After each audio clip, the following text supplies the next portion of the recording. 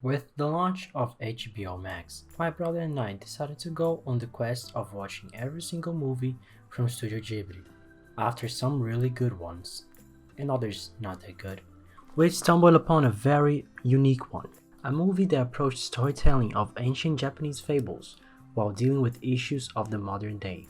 And this movie is Pompoco. Pompoco is a 1994 Japanese animated comedy drama fantasy film directed by Isao Takahata. The movie is about a group of raccoons who live in the Tama Hills, a forest sited in the outskirts of Tokyo. With the growing population in Tokyo, the government develops a project called New Tama that will build more houses and infrastructure, which will destroy the forest those raccoons live in. The movie sets off with a conference that gathers all the adult males of the village. And from the get-go, we learn the idea that in contrast to foxes, who are clever, hence the saying sly as a fox, raccoons are lazy. So the men don't want to go through the hassle of saving Tama Hills. So what do they decide on? They leave it to the children. What takes this movie away from the route of being just over the hedge meets Jimmy Neutron the movie is the fact that these raccoons have powers. And no, they're not like the Avengers out there, they're just raccoons, man. Come on. Some raccoons, but not all of them, can transform into anything. Wait a minute, did you say anything? Anything. Anything? Yes, anything. Anything? Anything. Anything? I'll get you, and I'll look like a bloody accident. From inanimate objects to even human beings, if they go through enough training. One of the leaders of the village is Seiza Emon. He speaks for the village and is the main dealer with outsiders. Not to be confused with Lorax, who's the speaker for the trees. The person who is given the task of training this next generation of transforming raccoons is Oroku. Or Fireball Oroku, I don't really know which one is the correct name. What surprised me with this movie was how effective it is in describing the personality of the main characters in just a few shots.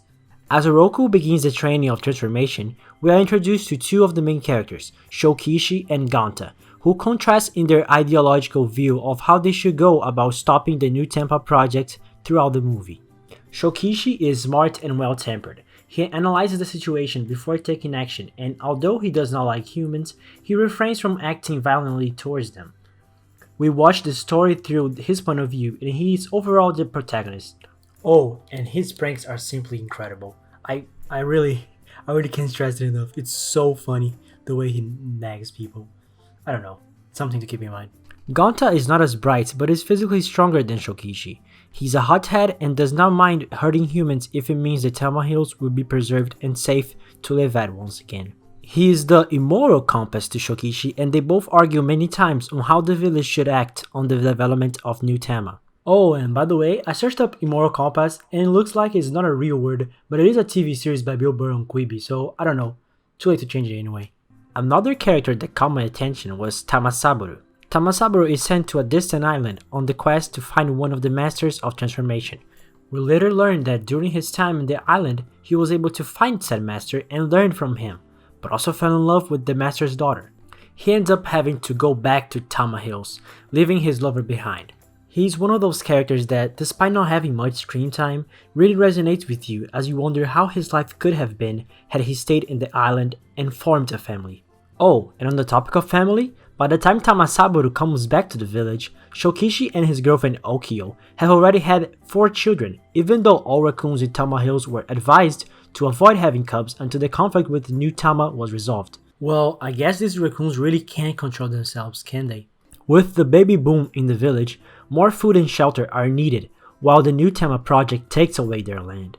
Now they will have to act even faster if they want to save the forest. My intention with this video is not to give a complete description of the plot, so I will try not to dissect all scenes and ideas of the movie. I would rather just talk about my favorites that really made the movie for me. Their ultimate plan is to scare people with a realistic festival that includes monsters of old stories, myths, and legends. The parade was dazzling and fantastical, just like how most Studio Ghibli productions do, and it was super entertaining. But what they didn't account for was that the people of Tokyo are completely crazy. They all thought it was just a normal presentation, and they even bought the idea that Wonderland was responsible for making the parade. And Wonderland is a famous franchise of parks in this universe, much like Disney or Universal. And let's be honest, the raccoons were really dumb on that one. You could clearly see that the people were having fun. They were not scared one bit. And with this failed plan, the raccoons are now all in deep trouble. Only a miracle could save them now.